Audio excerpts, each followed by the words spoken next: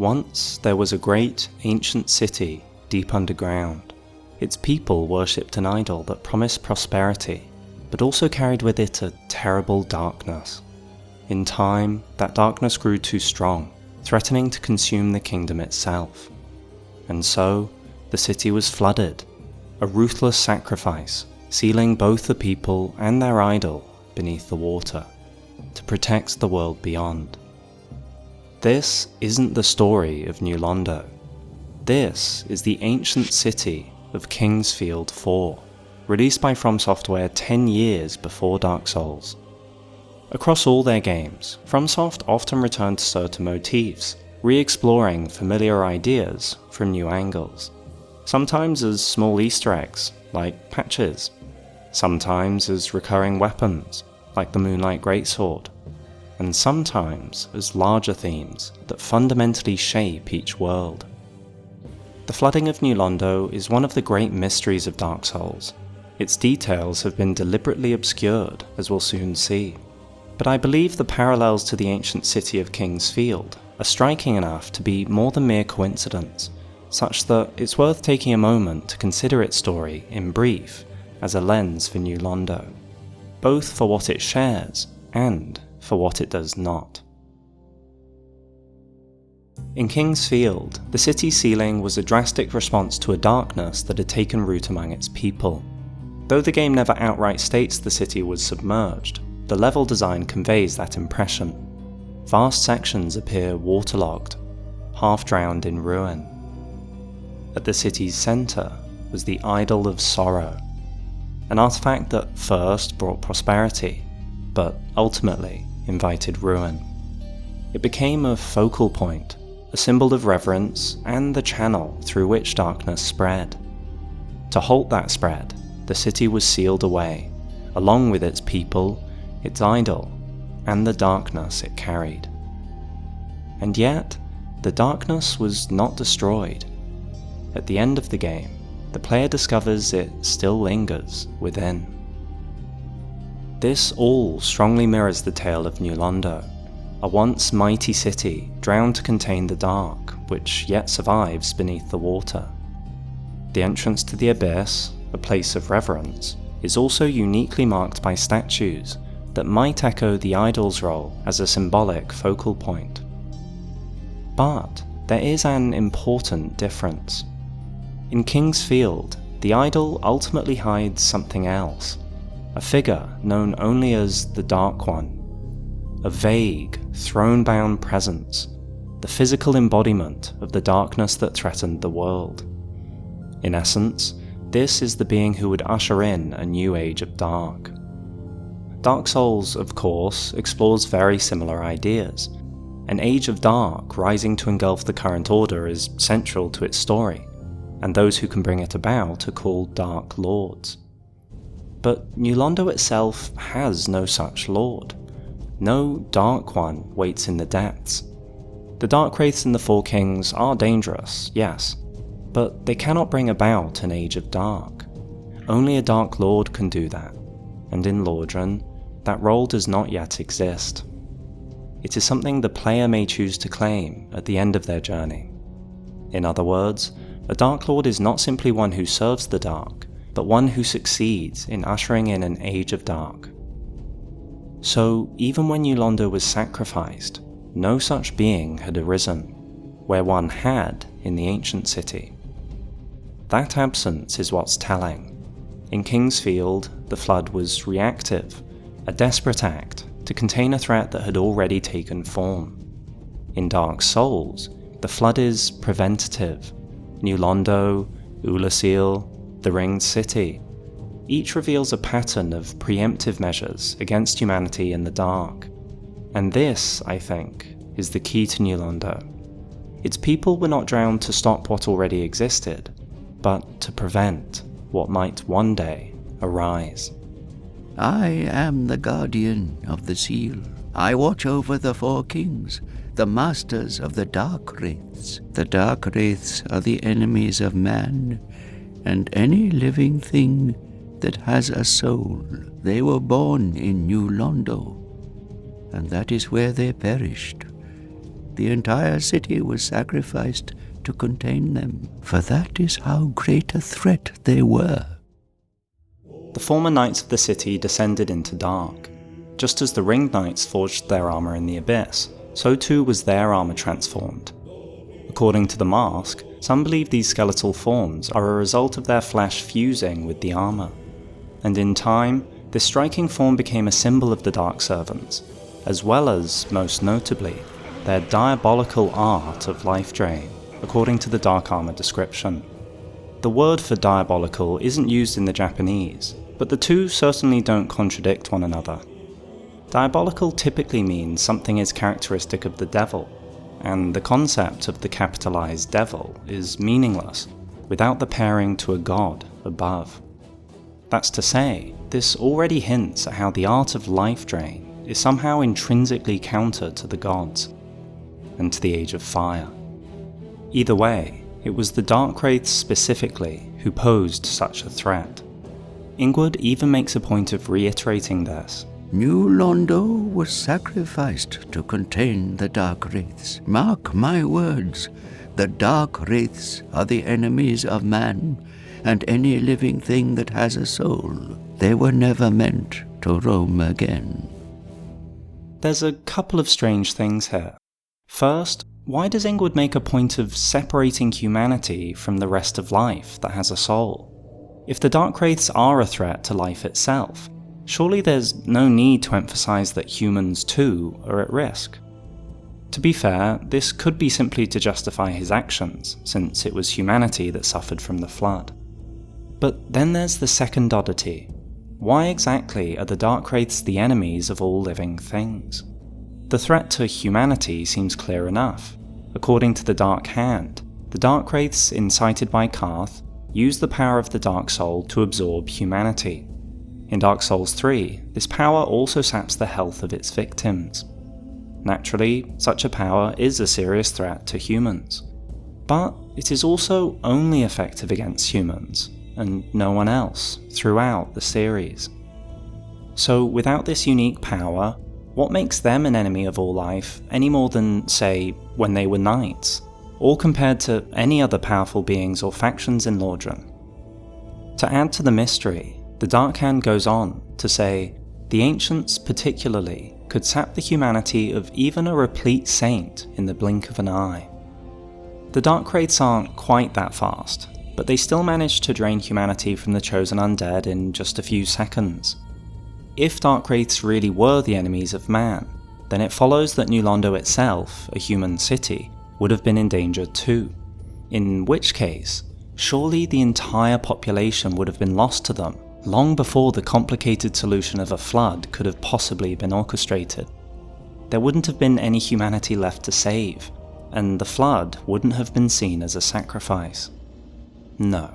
The huge number of corpses left in the wake of the flood attests to the thriving population at the time. Some of the ghosts even hold babies in their arms.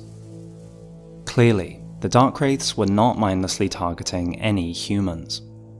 All of this is to say that both major justifications of the flood by Ingward are flawed at best. It's unclear how they threaten life itself, or why they're the enemy of man, if they seem to have worked together in peace. We've already looked at how poorly informed Ingward is, or at least pretends to be, regarding the fate of Ulasil and Artorias. Not to mention that the Sealers were previously known as healers, for which their bright crimson was a symbol. A unique example of sorcerers who could heal with their magic, rather than harm. So, given this, I ask you, why do you think Ingward or the Sealers were the ones responsible for the flood in the first place? Granted, it couldn't have been the leaders of the city, since they were the ones embracing the dark. It's also true that healers often have to make tough decisions in pressured situations. But to pivot from the role of a healer to one of sacrificing the entire city, that doesn't seem natural. Especially since, as we've covered, the means to flood the city were set up by the gods themselves. In fact, there is no evidence of the sealer's magic being involved. The player only needs the key to the seal to release the gates. whether or not Ingward chooses to give it to them. It hardly seems likely that the gods would put in place the means to flood the human population and then hand over the keys in the hope they flood themselves when the time comes. No, it's all too strange. Ingward's story is all too brief. Instead, just as the four kings once served the gods, channeling their own people to feed the Age of Fire, I believe the Sealers also became puppets of the gods. They became the public figures behind the flood, even though the decision came, of course, from the very beings who planned for a flood so many years earlier. And once you look, the Sealers' connections to the gods are everywhere. Ingward admits he's in league with none other than Kingseeker Framt himself, who acts on behalf of the gods. You've broken the seal, have you? No, I have no regrets. My trust lies with you and Framt. But perhaps even more telling, Ingward lets slip his true philosophy when you approach him after being cursed. Well, hello there. Have you been cursed? That can be quite onerous, but not to worry. Such cleansing I am happy to administer, but the breaking of curses is the territory of deities. You must be prepared for sacrifice. I don't think this choice of language by Fromsoft is a coincidence, and the phrasing is much the same in the Japanese. The clear parallels to his acts with New Londo are unmistakable. He is happy to administer cleansing, even if it requires sacrifice. But despite doing it himself, he admits that the act of cleansing is in fact the territory of deities, the domain of gods. Beyond Ingward, there were once two other sealers, but they have now long abandoned their posts at New Londo. One was called Ylva, who chose to return to Blighttown with her healing arts. Sadly, the trail ends there, with presumably her crimson set left on a corpse, next to a chest with remedy in. Curiously, the corpse isn't female, unlike others in the game, so this isn't Ylva herself. But either way, whether she perished or moved on from her past is unclear. The description of Remedy does cast uncertainty as to her true motives by saying, perhaps she abandoned her sealer duty to take her healing arts back to Blighttown, but we can only guess what else might have been the reason. The last sealer, however, might still be around, because there's a summon who wears their robes and uses the same catalyst as Ingward and Ylva. They're not a summon for the player, but for Lothric, should you invade him with the Black Eye Orb. Now, whether he goes about it morally or not, Lothric seeks to break the cycle of human sacrifice that fuels the Age of Fire, as we've looked at previously. This is why he's in the capital, and it stands to reason that his summons align in these interests, which means this sealer has abandoned his post in New Londo to outright rebel against the gods. A strangely fast pivot, if the gods had no hand in their city's flood. Finally, there are also the ghosts of New Londo. Death is not a rarity in Lorian, but true ghosts, as opposed to spirits, aren't seen anywhere else. Ghosts cannot be damaged by a standard blade, as described by Transient Curse. The only way to fight back against ghosts, who are cursed beings, is to become cursed oneself. The safest method, however dreadful, is to cut off the arm of the dead. But, as Ingward said, breaking curses are the domain of deities, and so likely have origins that trace back to the gods too. Thus, these unique enemies bear the gods' very fingerprint. They are not simply victims of a flood. They're cursed. This is also why the Transient Curse item, made from cutting off an arm from the dead, is only found on corpses within New Londo. Outside, corpses don't drop them, and they're only sold by merchants or dropped from white good vagrants. So, the sealers were the public figures responsible for the flood, but the real decision came from the gods, the same gods who channeled humanity to fuel their Age of Fire, and cursed them long before their age even began. Ingward purports that the flood was for the sake of humans and everyone else, because that's what he was fed. That's how he justified his actions. The question to answer then is what exactly the gods feared so much? The Darkwraith's descent into dark? Karth's intervention? While Ingward's narrative is unreliable, the focus on the Darkwraiths suggests it was directly related to them, and, other than their appearance or skilled swordplay, there is only really one unique power they wield: life drain. The power to steal humanity from another. But it's more than that, and Karth explains why the gods were so afraid of this power, specifically. If you wish, I shall grant the art of life drain, the legendary power of the Dark Lord. It can preserve your humanity while undead, and cast off the shackles placed upon your brethren. The power of life drain is the power of the Dark Lord. No wonder it is called diabolical, since what else could better fit the role of the devil relative to the Age of Fire than the Lord of Dark? A human powerful enough to overthrow the world's order, ushering in an Age of Dark. More than discovering Gwyn's betrayal, more even than descending into dark, the gods feared above all else the potential of a Dark Lord arising. This was the seed of Gwyn's greatest fear. To become the Dark Lord, the player must choose not to link the First Flame after defeating Gwyn, and instead walk away, letting the flame fade. That's to say, it is to let the natural declination of fire take place, and in this way, the dark of the world takes over.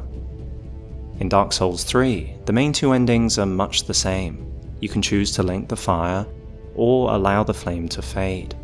But there are two notable differences here. One is that the flame is vastly diminished. It is feeble, barely flickering even after being kindled, where in contrast, it erupted in Dark Souls 1. Two is that when the flame goes out, it isn't just dark that is left. It is utterly pitch black, such that the Firekeeper has to check you're there by asking if you can hear her voice. Ashen One, hearest thou my voice still? So it becomes clear how an Age of Dark is a passive thing. Should nature's course be left alone, the fire will fade of its own accord, leading into an Age of Dark. As such, to become the Lord of Dark requires overthrowing the current order only to stop any others from rekindling the first flame.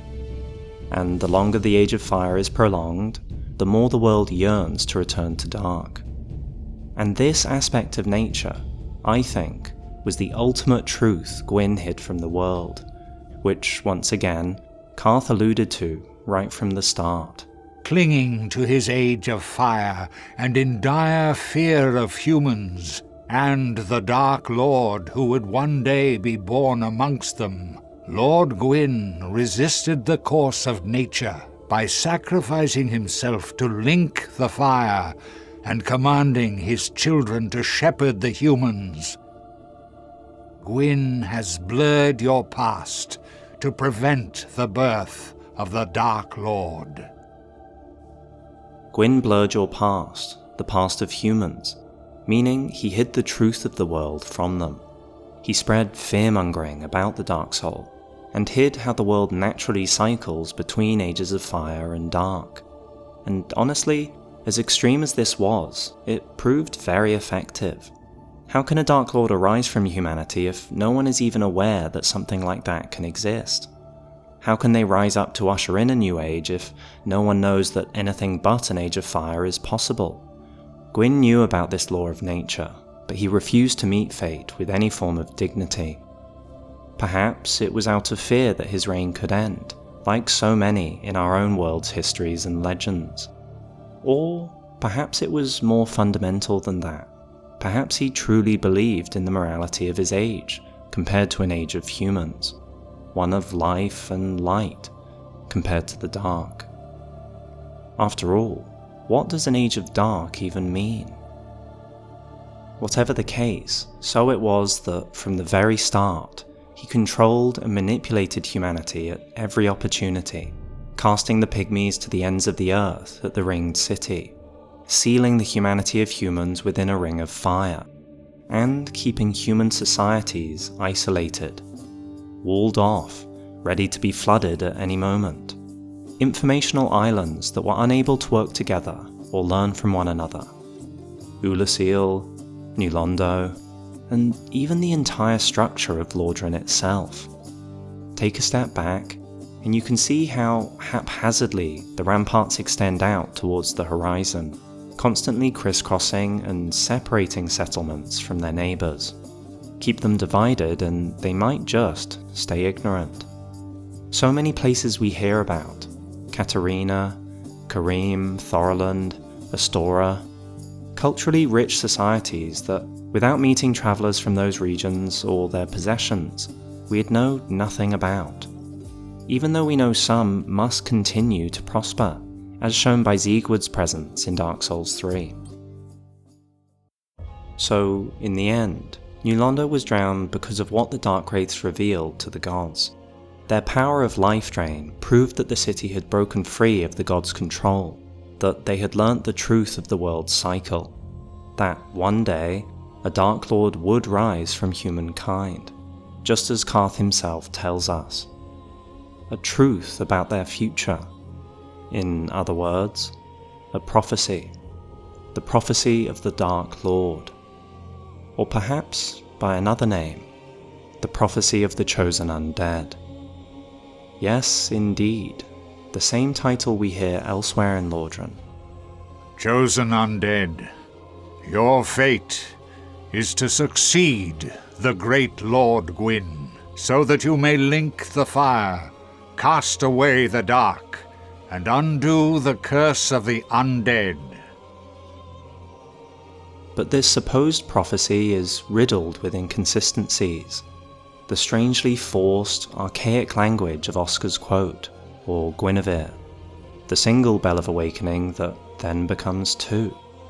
Well, since you're here, let me help you out. There are, actually, two Bells of Awakening. The unique Lord Vessel that turns out to be one of many in the next game. Ingward also hints at this by his implied familiarity with potential chosen undead. Magnificent. You defeated the 4 kings. Impressive, even for a bearer of the Lord Vessel. The demons who fight against the legend, yet have a bell in their domain. Even the 4 kings, once blessed by Gwyn, must now die for the prophecy to be fulfilled. No, it's all too tangled, too recent, too artificial. This was never the original prophecy. It was rewritten to serve the gods' failing order. And yet, it's a curious choice, isn't it? To hand a prophecy to the very people who might end your age. Such a risk only makes sense as an act of desperation, when the gods could no longer suppress the truth, when whispers of the true prophecy continued to spread among humankind. They took control of it. If they could not stop a chosen undead from rising, they could still manipulate them to kindle the flame, rather than let it die. What began as the prophecy of the Dark Lord, a vision of humanity's inevitable rise, became the prophecy of the chosen undead. A deception designed to keep that rise from ever happening. With that context, let's return to New Londo itself, the city devoid of symbols, at least for the most part, because as we've discovered, 2 details still stand out. One in the strange finial atop its cathedral, and another, of course, in these statues, clearly revered and somehow tied to the abyss below. If New Londo once knew the prophecy of the Dark Lord, then perhaps this statue was its emblem, a monument to the coming chosen undead. Just as the Idol of Sorrow in King's Field symbolized the Dark One, so too might this figure represent the Dark Lord. That alone could explain why the only other version of this statue in Lordran was hidden away in the Painted World, a place where the gods locked away everything they deemed heretical. Such a statue would be the most pure heresy imaginable. But New Londo's connection to the Painted World goes much deeper than just heresy, because there's another figure with a strong influence over that frozen land. From karmic justice, to her crow followers, to a rapier forged in her own name. It is, of course, the infamous goddess of sin, Velka, a goddess whose quiet influence, on closer inspection, may have actually shaped New Londo's fate more profoundly than any other gods.